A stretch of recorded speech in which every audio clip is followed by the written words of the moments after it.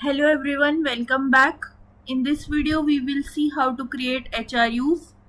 Previously we have seen how to delineate watershed. Now we will further divide watershed into smaller units called HRUs. These are hydrological response unit which have unique combination of soil, land use and slope. All the water balance equation that is run in SWAT runs on each HRU. So let us see how to create HRU. First we click on create HRU and a dialog box will open like this. Here we need to provide our land use, soil data along with the lookup tables. So first let us load land use land cover map. So we know that we need to give the projected land use and projected soil, and it should be in the same projection system as that of DEM. So open it, and then for lookup table we will use CSV file, and similarly load the soil. So from the HWSD FAO raster I have clipped it for India and reprojected it. So now we will read the CSV files, but before that let us also insert the slopes. Multiple slopes we can use,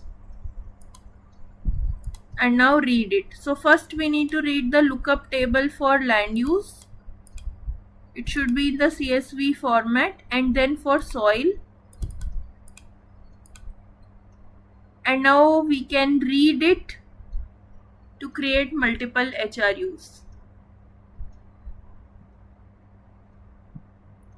So if you have larger number of subbasins, and it will get converted into multiple HRUs, and it can sometimes affect your computational efficiency. It can become computationally expensive to run the model on a daily scale, especially, and for large number of time period for multiple scales. So we need to reduce our HRU sometimes to reduce our computational performance, to reduce our computational requirement. So this may take a while to read the rasters. So right now you can see full HRU count is 787.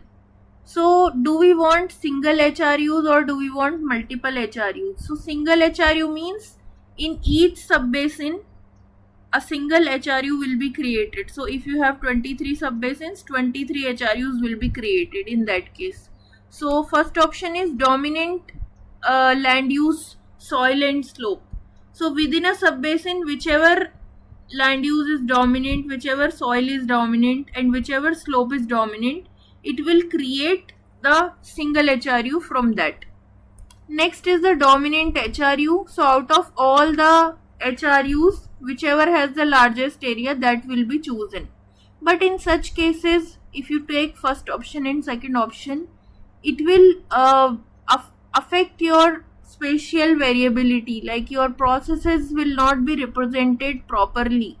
So we need to take multiple HRUs to accurately represent the spatial variations in different processes. For example, your soil changes from one location to another location. If for the entire subbasin you consider the same soil, it may affect your different processes such as infiltration, percolation, groundwater, and even evapotranspiration for that matter. So that is why we have to take a balance between the spatial representation as well as the computational resource requirement. So we will filter it, and the remaining option like target number of HRUs, this comes with expertise. So right now we will go for the target number of, filter by the land use, soil and slope. We will provide thresholds. So let us say I will give 10 and then maybe 10 and 10. So this 10, 10, 10 here represents that all the land use classes which are less than 10%, will be redistributed. So any minor land use that is present, that will be within a subbasin, that will be redistributed, and only the classes which have more than 10% will be remaining.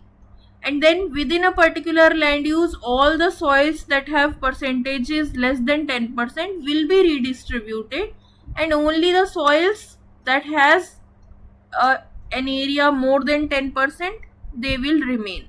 So this is a way to filter out your minor categories, minor HRUs which are not very significantly present across the watershed.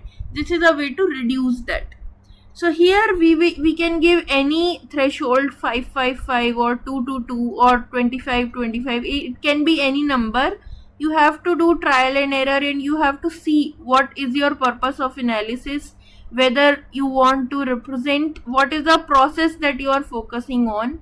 So sometimes if we are doing this process in an agricultural watershed and we want to see all the minor crop classes also, so that time you have to be careful with this 10 value. It could be a large value for some of the minor crops that are present. So it totally depends on your purpose of analysis. So with this, let us just create HRUs, and now HRUs will be created, and further we will see how to edit the other inputs such as weather data and how to write the SWOT tables in the next video. So meanwhile, let it take place. So I think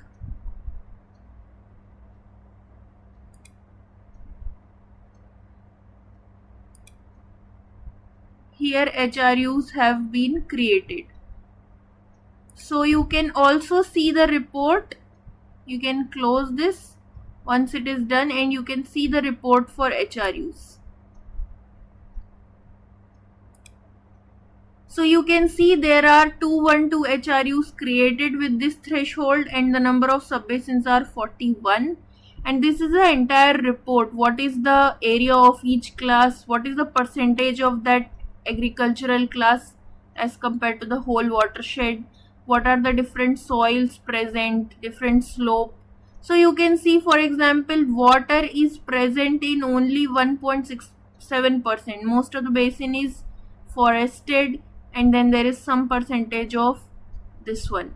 So when you are applying the threshold, then in each HRU the scenario will be different. For example, here you can see HRU is a combination of land use, soil and slope. So in subbasin 1 you have forest, very minor, it is not present in significant numbers. So that is why you can see there is no HRU with water. Similarly, subbasin 2 you can see that there is no water, so there will not be any HRU with water as a class.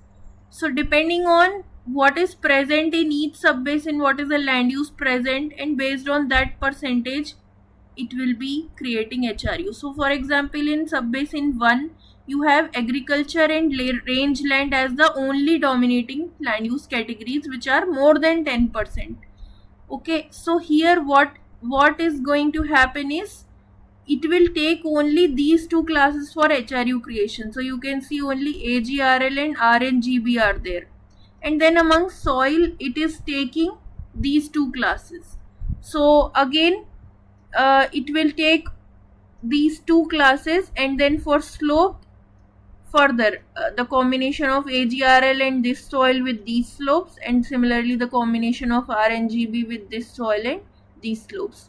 So in this way your HRUs will be created within each subbasin, and that is how we are getting total 212 HRUs. So further we can reduce it by increasing this threshold. We could have reduced the subbasin during the watershed delineation by increasing the threshold. So here these things you can see and understand and analyze. And this is it for HRU creation. We will see further things in the next video. Thank you.